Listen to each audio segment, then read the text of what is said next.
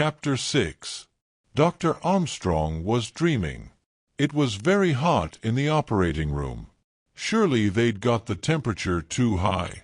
The sweat was rolling down his face. His hands were clammy, difficult to hold the scalpel firmly. How beautifully sharp it was! Easy to do a murder with a knife like that. And of course he was doing a murder. The woman's body looked different. It had been a large, unwieldy body. This was a spare, meager body. And the face was hidden. Who was it that he had to kill? He couldn't remember. But he must know. Should he ask Sister? Sister was watching him. No, he couldn't ask her. She was suspicious, he could see that. But who was it on the operating table? They shouldn't have covered up the face like that. If he could only see the face. Oh, that was better. A young probationer was pulling off the handkerchief. Emily Brent, of course. It was Emily Brent that he had to kill. How malicious her eyes were. Her lips were moving. What was she saying? In the midst of life we are in death. She was laughing now. No, nurse, don't put the handkerchief back. I've got to see. I've got to give the anesthetic. Where's the ether? I must have brought the ether with me. What have you done with the ether, sister? Châteauneuf du Pape? Yes, that will do quite as well. Take the handkerchief away, nurse. Of course. I knew it all the time. It's Anthony Marston. His face is purple and convulsed. But he's not dead. He's laughing. I tell you he's laughing. He's shaking the operating table. Look out, man, look out. Nurse, steady it, steady it. With a start Dr. Armstrong woke up. It was morning. Sunlight was pouring into the room. And someone was leaning over him, shaking him. It was Rogers. Rogers, with a white face, saying, "Doctor, doctor." Dr. Armstrong woke up completely. He sat up in bed. He said sharply, "What is it?" "It's the wife, doctor. I can't get her to wake. My God, I can't get her to wake. And she don't look right to me." Dr. Armstrong was quick and efficient. He wrapped himself in his dressing gown and followed Rogers. He bent over the bed where the woman was lying peacefully on her side. He lifted the cold hand, raised the eyelid. It was some few minutes before he straightened himself and turned from the bed. Rogers whispered, Is she dash?" He passed a tongue over dry lips. Armstrong nodded. "Yes, she's gone." His eyes rested thoughtfully on the man before him. Then they went to the table by the bed, to the washstand, then back to the sleeping woman. Rogers said, Was it hurt, doctor?" Dr. Armstrong was a minute or two before replying. Then he said, "What was her health like normally?" Rogers said, "She was a bit rheumatic-y." "Any doctor been attending her recently?" "Doctor?" Rogers stared. "Not been to a doctor for years. Neither of us. You'd no reason to believe she suffered from heart trouble?" "No, doctor. I never knew of anything." Armstrong said, "Did she sleep well?" Now Rogers' eyes evaded his. The man's hands came together and turned and twisted uneasily. He muttered, "She didn't sleep extra well, no." The doctor said sharply, "Did she take things to make her sleep?" Rogers stared at him, surprised. "Take things? To make her sleep? Not that I knew of. I'm sure she didn't." Armstrong went over to the washstand. There were a certain number of bottles on it. Hair lotion, lavender water, cascara, glycerin of cucumber for the hands, a mouthwash, toothpaste, and some elements. Rogers helped by pulling out the drawers of the dressing table. From there they moved on to the chest of drawers. but there was no sign of sleeping draughts or tablets. Rogers said, "She didn't have nothing last night, sir, except what you gave her." When the gong sounded for breakfast at 9 o'clock, it found everyone up and awaiting the summons. General MacArthur and the judge had been pacing the terrace outside, exchanging desultory comments on the political situation. Vera Claythorne and Philip Lombard had been up to the summit of the island behind the house. There they had discovered William Henry Blore, standing staring at the mainland. He said, "No sign of that motorboat yet. I've been watching for it." Vera said, smiling, "Devon's a sleepy county. Things are usually late." Philip Lombard was looking the other way, out to sea. He said abruptly, "What d'you think of the weather?" Glancing up at the sky, Blore remarked, "Looks all right to me." Lombard pursed up his mouth into a whistle.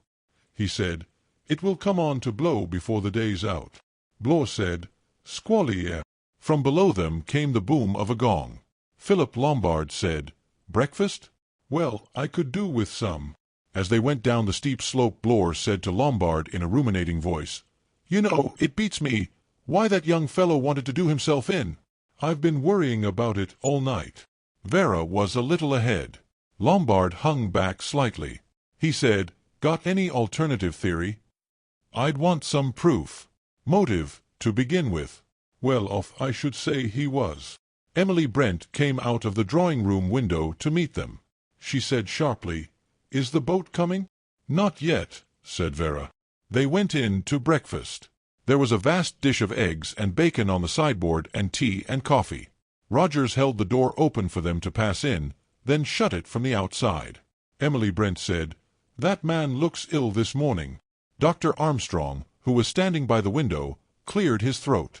He said, "You must excuse any shortcomings this morning. Rogers has had to do the best he can for breakfast single-handed. Mrs. Rogers has, not been able to carry on this morning."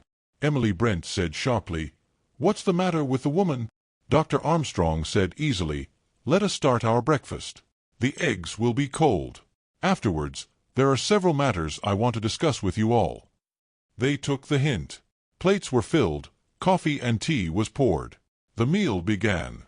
Discussion of the island was, by mutual consent, tabooed. They spoke instead in a desultory fashion of current events. The news from abroad, events in the world of sport, the latest reappearance of the Loch Ness Monster. Then, when plates were cleared, Dr. Armstrong moved back his chair a little, cleared his throat importantly, and spoke. He said, "I thought it better to wait until you had had your breakfast before telling you of a sad piece of news. Mrs. Rogers died in her sleep." There were startled and shocked ejaculations.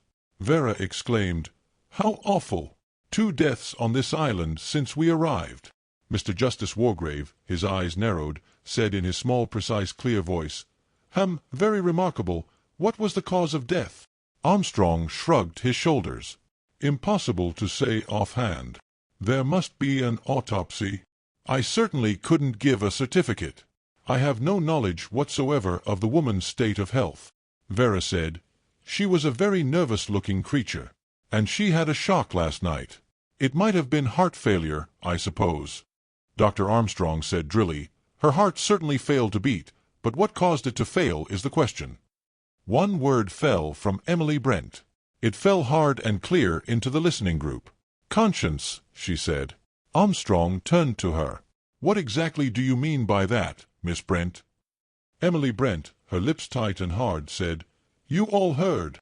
She was accused, together with her husband, of having deliberately murdered her former employer, an old lady." "And you think—" Emily Brent said, "I think that accusation was true. You all saw her last night. She broke down completely and fainted. The shock of having her wickedness brought home to her was too much for her. She literally died of fear." Dr. Armstrong shook his head doubtfully. "It is a possible theory," he said. "One cannot adopt it without more exact knowledge of her state of health. If there was cardiac weakness Emily Brent said quietly, "Call it, if you prefer, an act of God." Everyone looked shocked. Mr. Blore said uneasily, "That's carrying things a bit far, Miss Brent."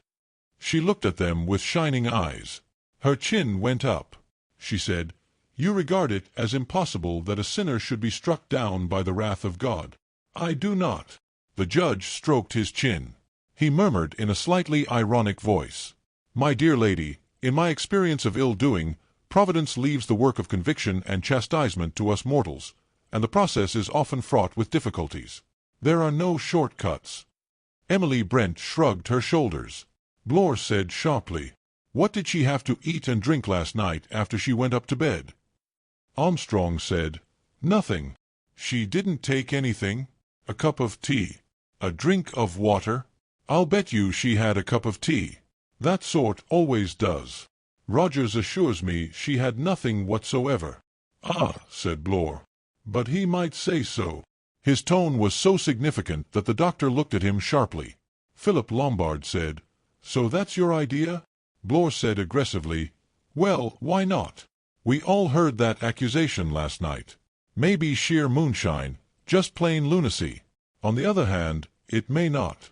Allow for the moment that it's true. Rogers and his missus polished off that old lady. Well, where does that get you? They've been feeling quite safe and happy about it.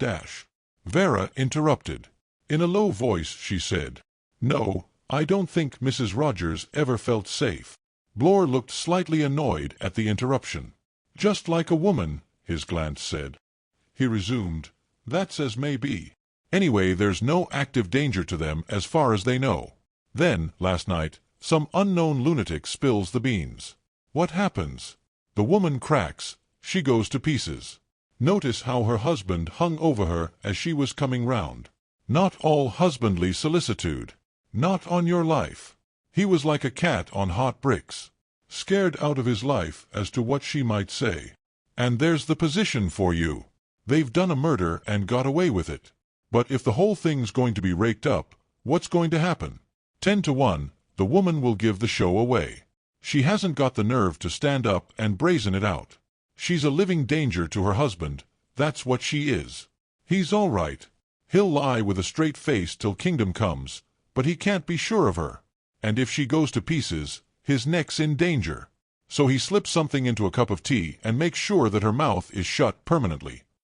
Armstrong said slowly, There was no empty cup by her bedside. There was nothing there at all.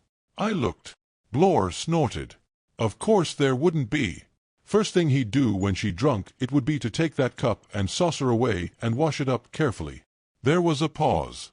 Then General MacArthur said doubtfully, It may be so, but I should hardly think it possible that a man would do that to his wife. Blore gave a short laugh. He said, When a man's neck's in danger, he doesn't stop to think too much about sentiment.